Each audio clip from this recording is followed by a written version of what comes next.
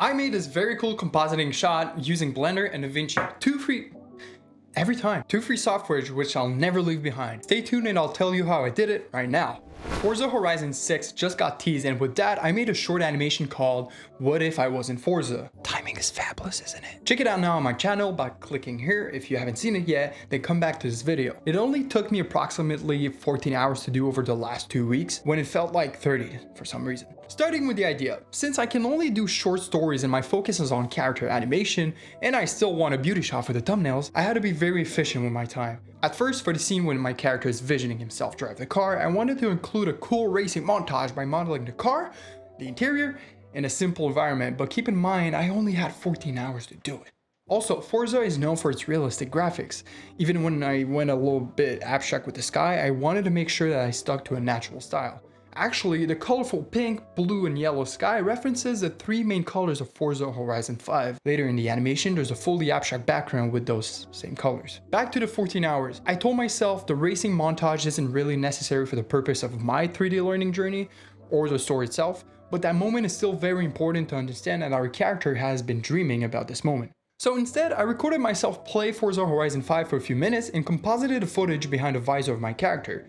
To do such a thing, I used 5 important layers of footage: the background to fill in the pixels, a tracking data layer where I simply replace the helmet's texture with a checkered texture so that my computer can easily track the motion of it, a mask layer to make sure that the video game footage doesn't spill out of the visor once composited, the game footage of course, and a layer of the transparent visor by itself to give dimensionality when compositing the 2D surfaces on top of each other. Why did that sound like a rap? First, I imported the rendered background in DaVinci Fusion. Then I temporarily imported the tracking footage and generated track data by selecting a small zone of the helmet. After that, I can delete the tracking footage, import the game footage, and stick it to the track data. Next, import the masking footage, and here was a little annoying problem. I decided to use a black and white footage for my mask, but DaVinci doesn't know how to read it when it's connected to a masking input of the node. So it works with alpha channels, the transparent channel. To fix this is pretty easy. Using the bitmap node, I converted my black pixels into the alpha channel, and bada bing bada boom, now DaVinci will understand what I'm trying to do. The game footage will only appear where the visor is located. Then all that's left is to put the visor layer, which is already rendered in RGBA PNG format, on top of the footage. Add a vignette, some lens distortion, and any other effect as you wish to any layers you wish, and you got yourself a pretty cool effect. But that was only one short scene of my short scene.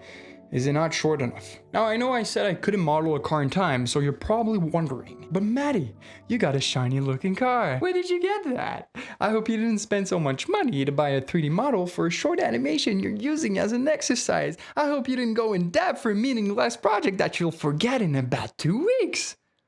And you're right for asking. I did model and paint in the helmet myself, but I didn't have to for the beautiful car because I got it from a very valuable Blender course I purchased a year ago. CG Fast Track. That's how I started learning Blender. I really recommend it. They have so much easy to digest structured content that I still haven't finished yet.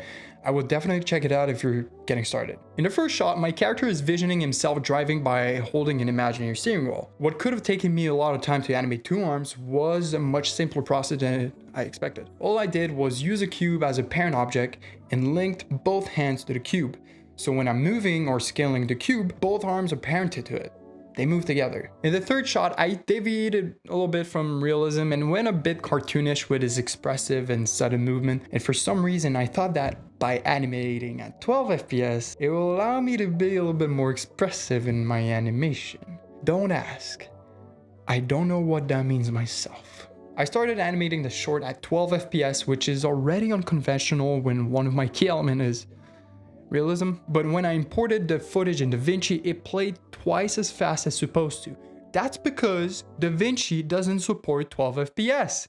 It reads my footage at 24 FPS. But why, DaVinci? Why is it so hard to support 12 FPS? I don't get it. So what I should have done is convert my 12 FPS Blender project in 24 FPS, but then tell Blender to render 2 image files per frame. Or tell DaVinci to read my image sequence by doubling each frame. Both things which I don't know how to do, so I just stayed with 24 FPS. Now, one of the hardest things to animate is the character walking. When walking just a few steps forward, I don't know if I should move his hips and follow along with the legs and arms, or if I should move the root bones to make him move forward. Give me advice in the comments, I'm actually wondering. One of my favorite things to create are smear frames between poses. You don't notice anything abnormal when playing the video at normal speed, but if you freeze at the right time, yeah. This technique of smear frame is very common in 2D animation. It helps sell the fast motion of the character, just like how motion blur does in real life. Beep boop, beep boop, beep boop, beep boop, beep boop. Now for all the visual elements surrounding my animation. The background behind the mountains was composed of 2 planes. One plane for the painted sky and the painted rim light around the mountain using Procreate, and one animated shader to give the effect of pink clouds moving in the sky. The mountains were simple 3D model shapes with a simple sandy texture, and I made sure they complemented the character in the center by having 2 summits on the sides. Leaving open space for the bright sky to shine through the middle allows for the character's silhouette to pop. Also, very useful trick I learned from Neil Blevin, link to his website on top or in the description. It's the concept of tangents in images. As Neil explains, a tangent simply is an area where 2 things in an image are nearly touching or actually touching, and in doing so create a visual mistake that the human eye doesn't like. Sometimes this is also referred to as objects making out. Okay, I made this last part up, but it's actually sometimes referred to as objects kissing. It can lead to confusion in the viewer, like it can draw the eyes to a part of the painting that's unimportant. It can just feel wrong or strange, or it can confuse the viewer as to the relative depth of the 2 objects.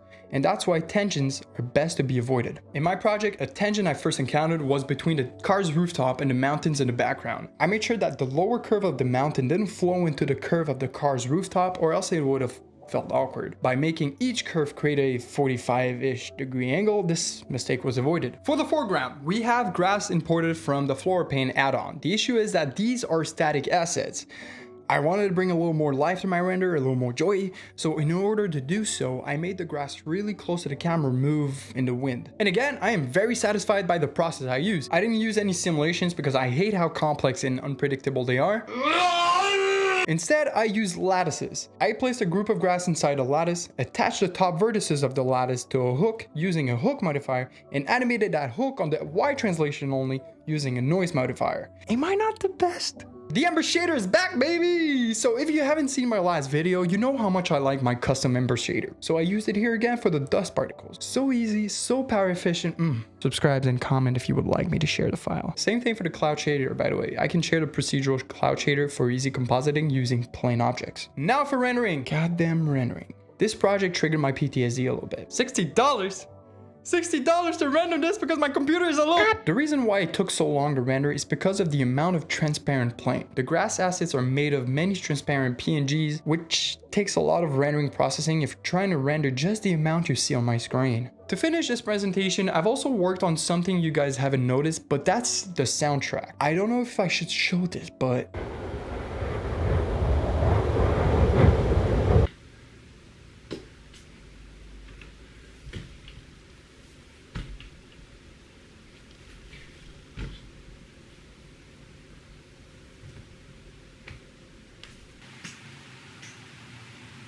so I make most of my sound effects using my mouth. On my previous project on Silk Song, 100% of the sound effects were made using my mouth.